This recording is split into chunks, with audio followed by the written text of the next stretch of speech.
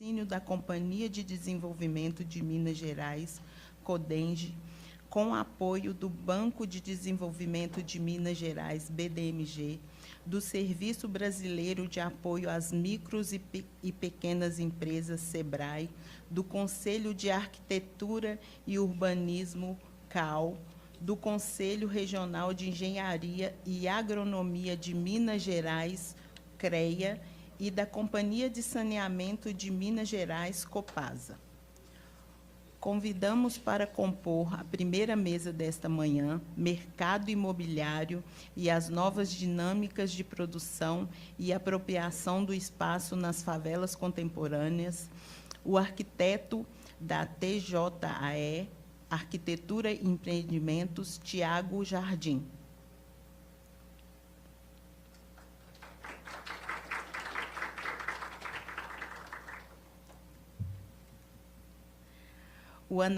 A analista técnica do SEBRAE Minas Gerais, Júlia Bicalho.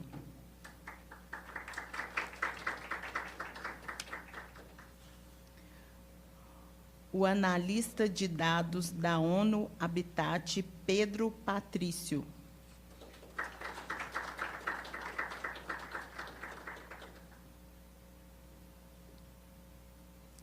O pesquisador da Universidade Federal de Minas Gerais, João Tonucci.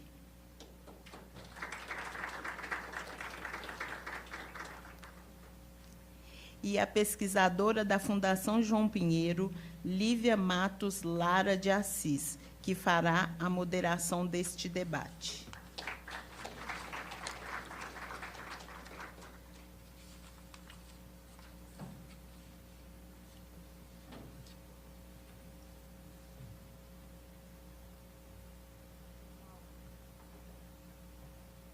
Pessoal, bom dia. Agradeço novamente a presença de todos. E que a gente, né, assim como o primeiro dia, aproveite bastante as trocas e vamos retomar, né, recomeçar as atividades. Obrigada.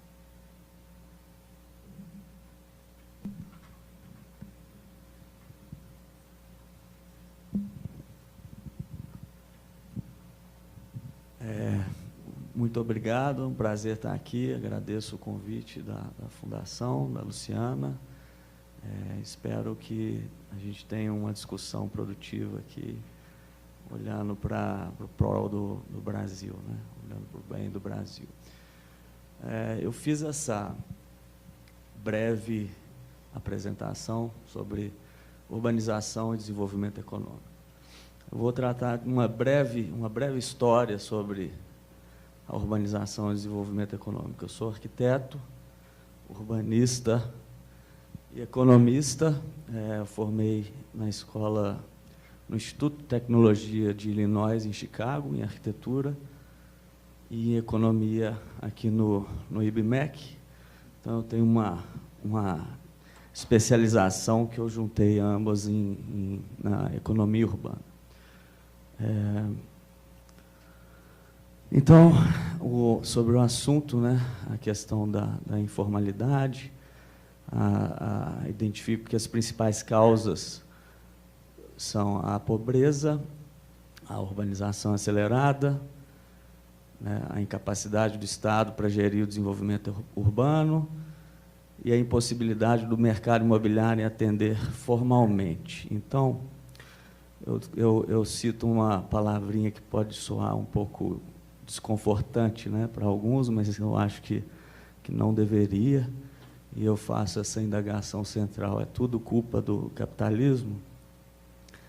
A gente, quando é mais novo, a gente olha para o lado, vê as desigualdades, a pobreza, a gente acha que tem alguma coisa errada no sistema, né, e causa revolta na gente.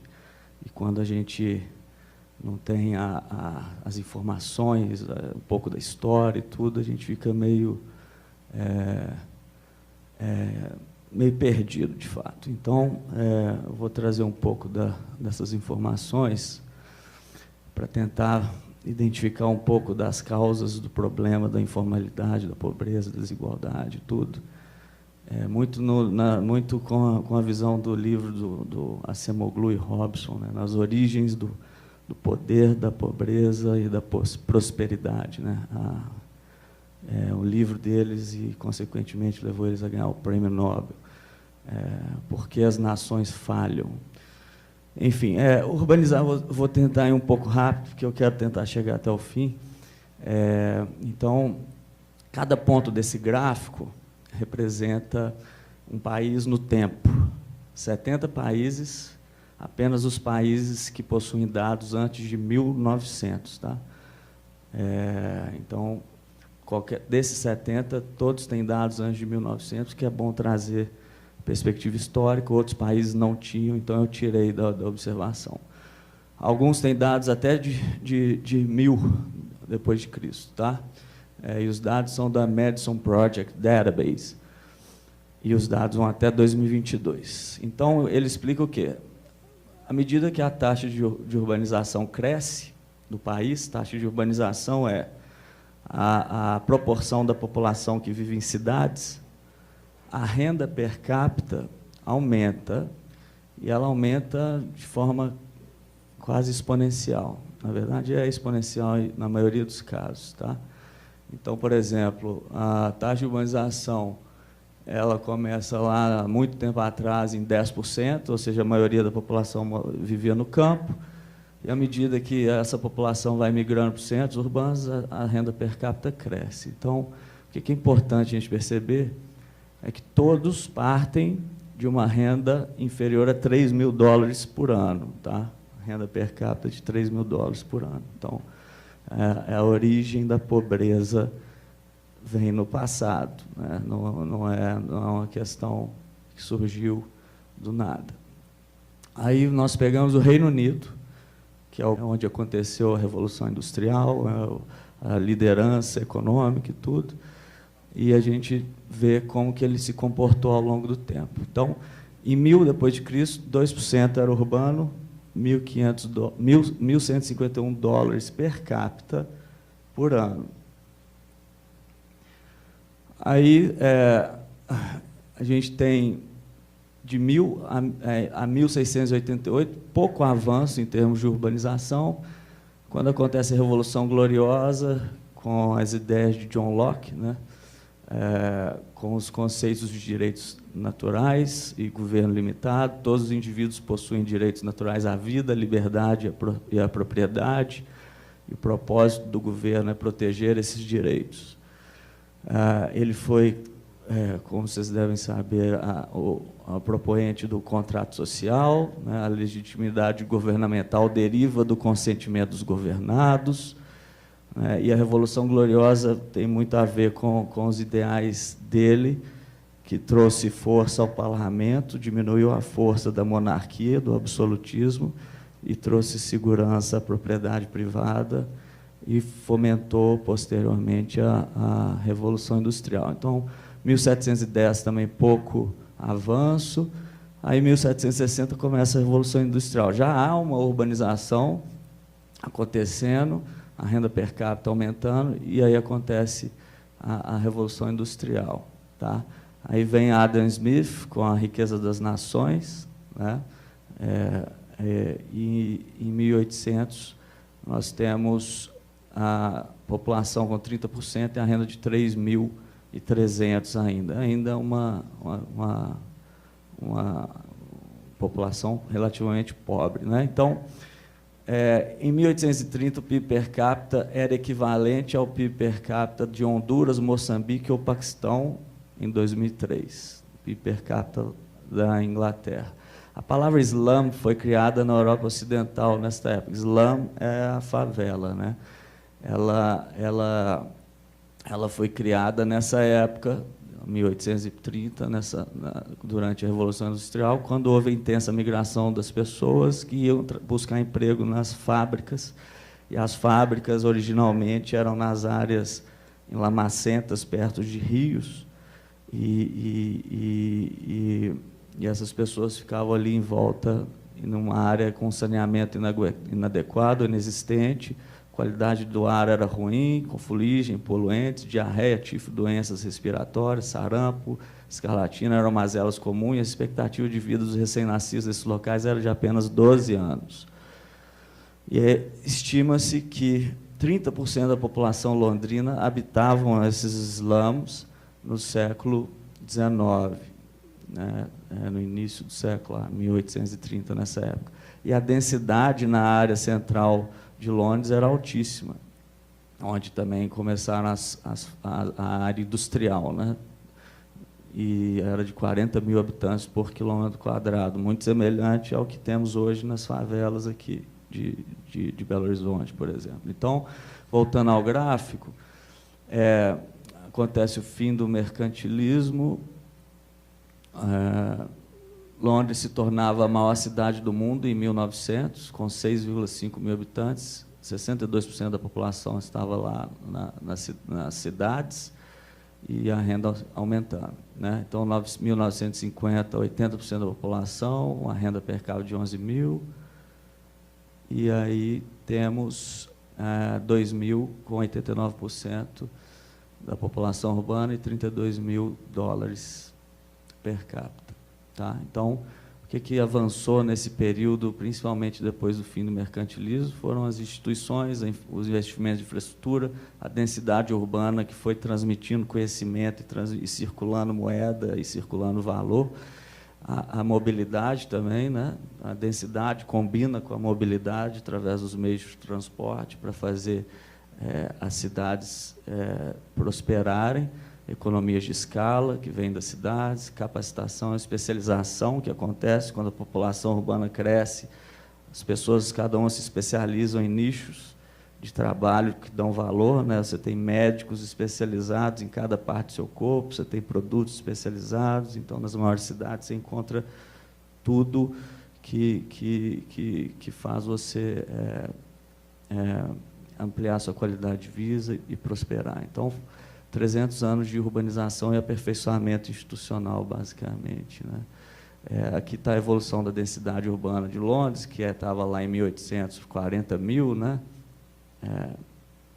Na verdade, ele tem por regiões, né? A City of London, que é a área central pequena, Inner London, que é uma área de 318 km², tamanho de Belo Horizonte, Outer London, que é a Grande Londres. Então, como que aconteceu a evolução da densidade na cidade, né? Ela teve a queda lá a partir de 1860, com o aumento da infraestrutura de transporte, que permitiu as pessoas morarem um pouco mais distantes, e aí a cidade, a Inner London, cresceu um pouco mais, que é a linha vermelha, e depois atinge uma densidade média ali de 15 mil por quilômetro². Tá? Aqui é o gradiente de densidade da Grande Londres, que mostra como que a densidade cai à medida que a distância do centro aumenta. Então, é uma curva basicamente certinha, exponencial, onde no centro é uma área de escritórios hoje, então ela tem pouca densidade habitacional, 4.490, ali entre o quilômetro 0 e 1. Aí a densidade vai aumentando à medida que essa curva ali vai aumentando à medida que se distancia um pouco do centro, e depois ela começa a cair exponencialmente com a distância do centro. Aqui é a altura dos edifícios, como ela se comporta, né? Mais vermelho, mais alto, amarelo, a altura mediana, e do lado direito a distribuição da densidade no espaço.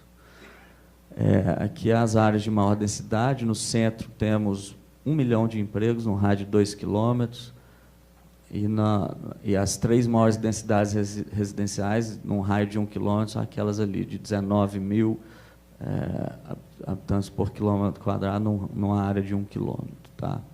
Então, vamos voltar para o gráfico da prosperidade, que agora eu quero trazer uma comparação importante entre Estados Unidos e Brasil. Tá? A gente, quando pega aquele gráfico exponencial, tornar ele mais legível e para tornar essa comparação entre urbanização e renda per capita mais presente, a gente tira um logaritmo da função exponencial para linearizar o gráfico, e ele fica assim certinho, né? Então você vê a taxa de urbanização e a renda per capita e como elas progridem no tempo. Então, Aí aqui eu boto o valor da renda per capita ajustado e começo a comparação. Então, em 1800, nós temos o Brasil com 9% de urbanização e uma renda per capita de 867. Tá? E nós temos os Estados Unidos, em 1800, com uma urbanização de 6% e uma renda per capita de 2.545.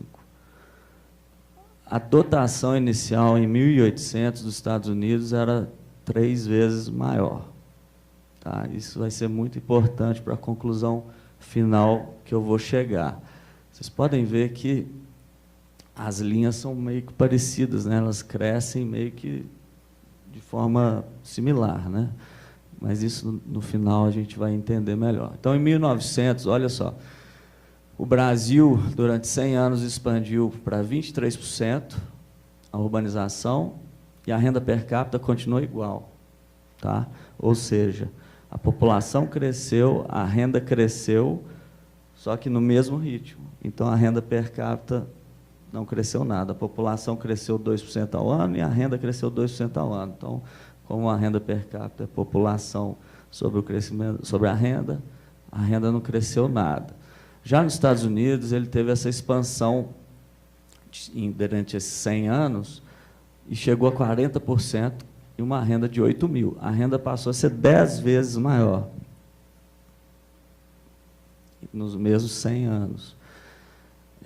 O que isso indica? Que o Brasil ele teve uma urbanização muito pequena, ou seja, ele ainda estava travado, enquanto os Estados Unidos já estava decolando, né?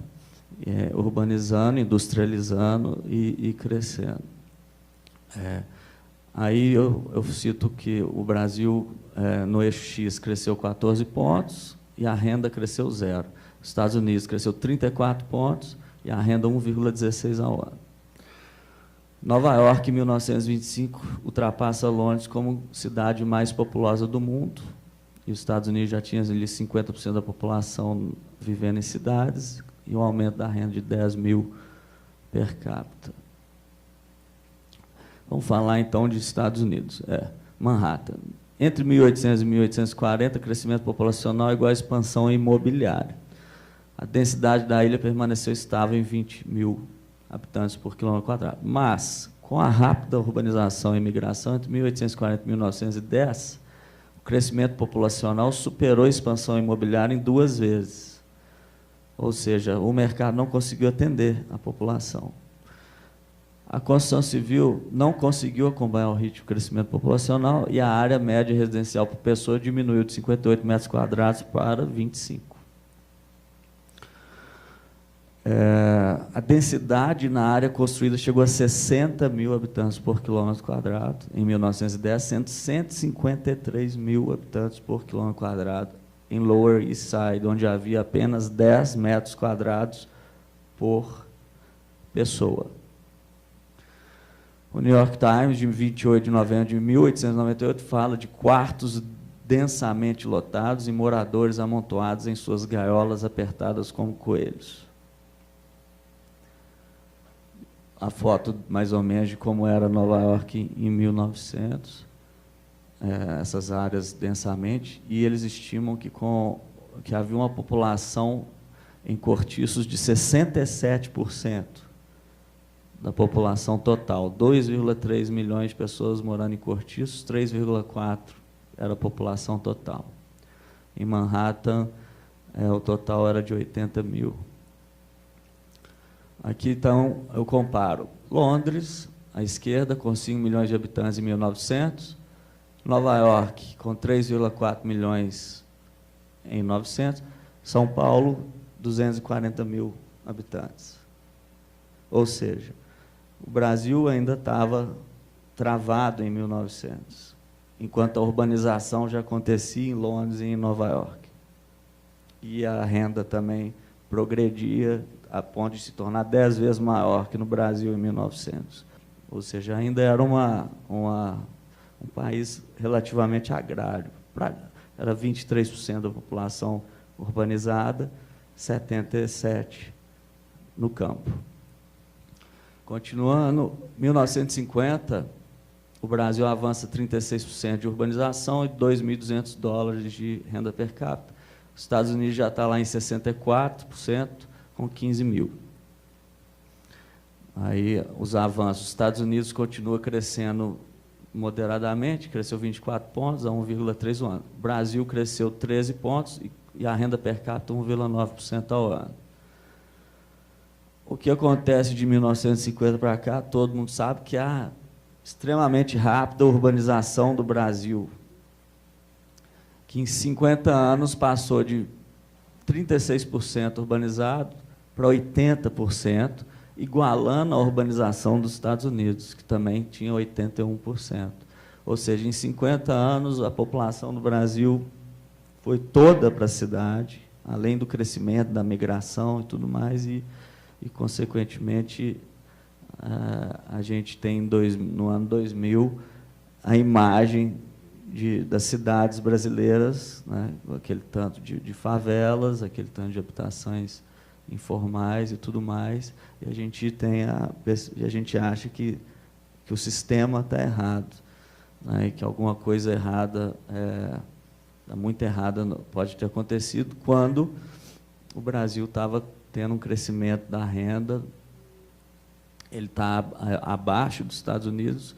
Por quê? Porque os Estados Unidos partiu de uma dotação inicial maior. Eu comparando essas linhas, a gente chega nessa conclusão que ambos cresceram praticamente de forma igual. Você vê que a inclinação das linhas é igual. Só que nós temos uma dotação inicial muito diferente. E o que faz essa diferença inicial? Por que a diferença inicial existiu? Em 1800, o Brasil era um sistema agrário com regime fundiário de origem feudal, baseado em concessões e não em mercado, até a Lei de Terras de 1850. Só a partir de 1850 que pôde-se negociar terras em um mercado livre. 40% da população em 1800 era escravizada até 1888, ou seja, a população não possui propriedade nem capacidade de acumular capital, grande parte da população. O Estado era o principal agente de concentração, distribuindo seis-marias, cobrava monopólios e reprimia qualquer atividade que ameaçasse o pacto colonial, ou seja, não tinha mercado livre. Por outro lado, nos Estados Unidos, a propriedade privada era distribuída, apenas 15% da população era escravizada até 1865, ou seja, 85% da população era livre, e a industrialização e a urbanização já tinha começado, começou em 1800, inclusive com o plano de Manhattan, de Nova York, que foi feito nessa época e iniciado nessa época. Então, o Brasil teve o atraso de industrialização, né, que começou em 1900, e ainda teve essa rápida urbanização, que começou principalmente a partir de 1950. Então, concluindo, o capitalismo é igual a trabalho livre e assalariado, propriedade privada e livre iniciativa, mercados livres e abertos à concorrência. Nada disso existia no Brasil em 1800. E por isso essa diferença de dotação inicial. Tá? Então, a dotação inicial justifica 83% da disparidade de renda, uma vez que o crescimento, o coeficiente angular dessas retas são similares. Então, o coeficiente angular justifica 17%, porque nos Estados Unidos foi um pouquinho maior. Tá? Então, nós temos as diferenças de crescimento da renda per capita.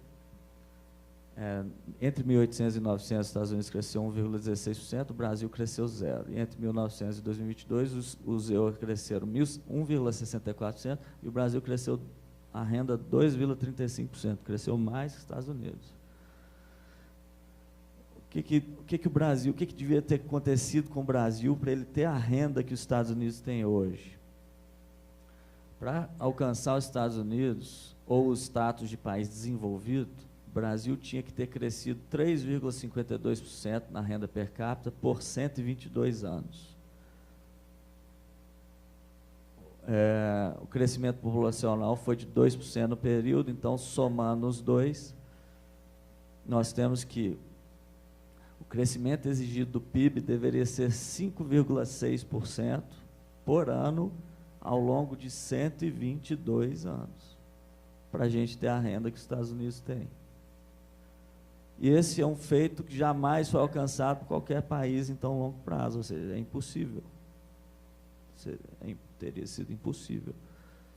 O PIB do Brasil cresceu 4,4% no período, que é 2,35% da renda, que é o PIB per capita, mais o crescimento populacional, 4,4% durante 122 anos, que é uma das maiores taxas de crescimento já registradas. Só perde para a Coreia do Sul, que foi 4,7%, Singapura, a China foi 4,5%, enfim, todos os maiores estão nesse nível de crescimento. Então, a mensagem que é importante trazer aqui é que os países em desenvolvimento enfrentam nos dias de hoje o que os países desenvolvidos enfrentaram durante seu período de urbanização no passado. Então, eu peguei o relatório de desenvolvimento mundial do Banco Mundial, citando que é comum que 1/3 da população de uma cidade em desenvolvimento vive em favelas. O crescimento de favelas nas grandes cidades é característico da rápida urbanização. O desenvolvimento tanto econômico quanto institucional e uma melhor infraestrutura combinados com intervenções direcionadas, eventualmente levam a sua convergência nos padrões de vida nas áreas urbanas. Uma economia metropolitana, se estiver funcionando, está constantemente transformando muitos pobres em pessoas de classe média, muitos analfabetos em pessoas qualificadas e muitos inexperientes em cidadãos competentes. As cidades não atraem a classe média, elas a criam. As disparidades de bem-estar entre áreas rurais e urbanas e dentro das próprias áreas urbanas diminuem com o desenvolvimento. Mas essa convergência não acontece por si só, requer instituições para gerir os mercados de terras, investimentos em infraestrutura, intervenções bem programadas e executadas. Tá? Então, o governo tem um papel essencial nessa questão. Aí a tabela do lado mostra o percentual de pessoas em domicílios em favelas no Brasil atualmente, né? A gente tem na região norte, nordeste, mais gente em regiões de favelas, né? Belém, Manaus, Salvador, São Luís, com mais de 30%, né? E que é fora do comum, no caso, Belém e Manaus, né? E nós já temos cidades que já têm menos de 1/3, que é o que o relatório do Banco Mundial diz, como sendo comum. Então, nós já temos aí a maioria das cidades abaixo de 1/3 da população residindo em favelas. Temos Natal, Porto Velho, Aracaju, Maceió, São Paulo, Belo Horizonte, Brasília e Campo Grande com menos participação. Aí eu vou adiantar essa questão a respeito do papel das cidades em fomentar o desenvolvimento econômico, que é muito interessante, né, que gera teorias econômicas e tudo. Que as cidades são como plataformas de aprendizado, a densidade urbana aumenta as interações, a troca de conhecimento, existem economias de aglomeração,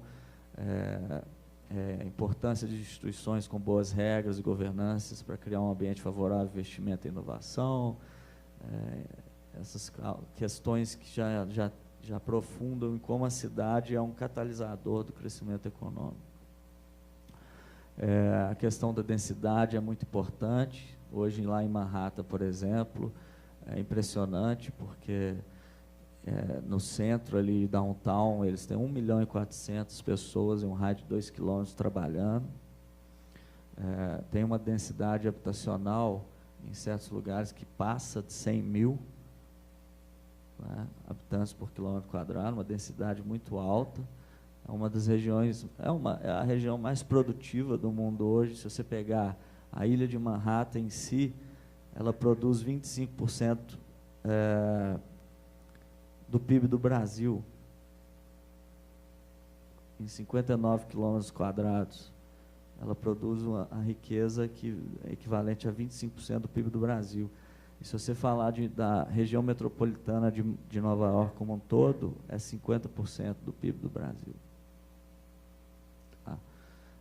E aí entra a paridade de velocidade da moeda, né? A base monetária e a velocidade de circulação da moeda é igual ao produto nominal, e as cidades fomentam isso. Aqui está a curva de densidade de Manhattan, exponencial, comparada com a de Londres, né? A curva de densidade da população. Aí eu também trago São Paulo. Enfim, eu vou passar isso mais rápido, porque meu tempo está esgotando, mas como a população ocupa o espaço, é uma área muito interessante de ser estudada para ver como a cidade ela fomenta a produtividade, né?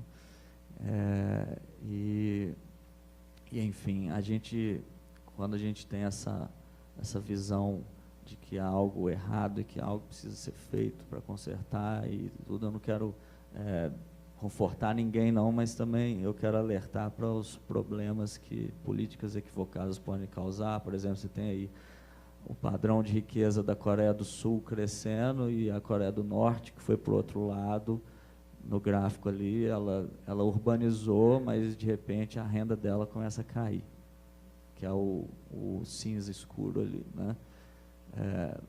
Então, ali são as datas onde ocorreu os eventos. A partir de entre 1940 e 90, ela só urbanizou, mas não teve crescimento de renda. Depois de 90, ela caiu.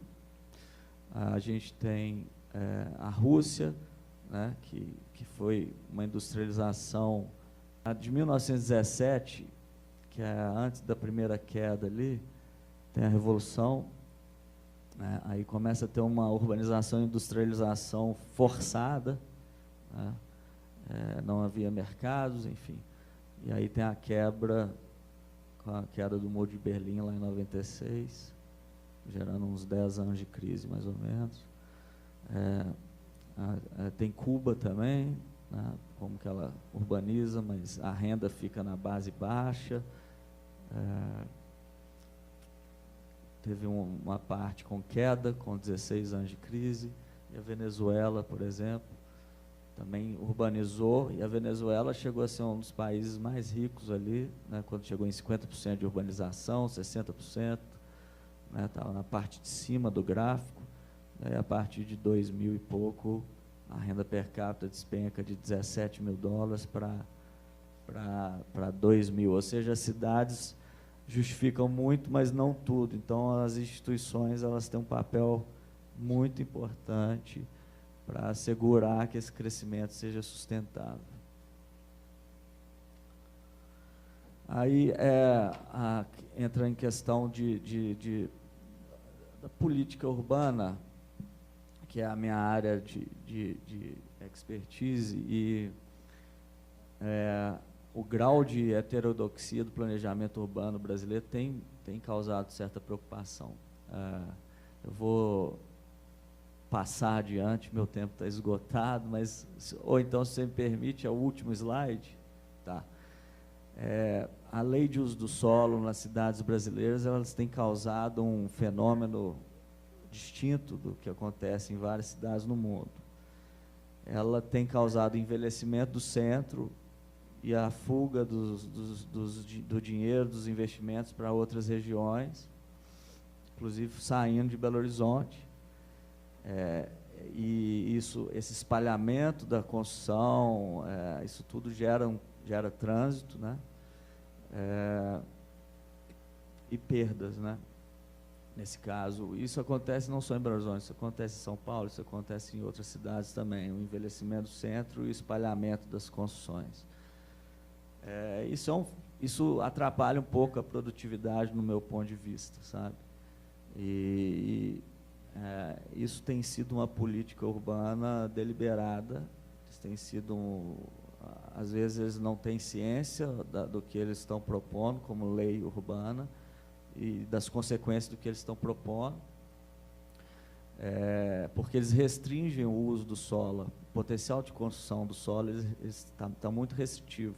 Então, as construtoras não podem reciclar imóveis da década de 80 ou 70 no centro, e eles vão para terrenos novos toda hora, porque a restrição ao uso do solo é muito alta. Eles não permitem se construir. Então, enfim, está sendo difícil reciclar os imóveis e manter o desenvolvimento na área que devia ser, que é a região central, onde é a região mais eficiente da cidade. Ela está mais perto de todo mundo, né? Da região norte, da região sul, da região leste, da região... Enfim. Então, esse eixo também está se deslocando, o eixo da centralidade está se deslocando, enfim. É uma consequência da política urbana que tem um viés um pouco estranho no caso. Então, ali na caixa amarela é a fundamentação política por trás do aproveitamento do solo. Tá? Então, é algo que está causando consequências que a gente vê na cidade que são prejudiciais do ponto de vista econômico, a meu ver. Tá? Então, eu fico por aqui, agradeço muito a atenção, espero que tenham aproveitado. Muito obrigado aí pelo tempo extra. Obrigada, Tiago. Agora eu passo a voz para a Júlia.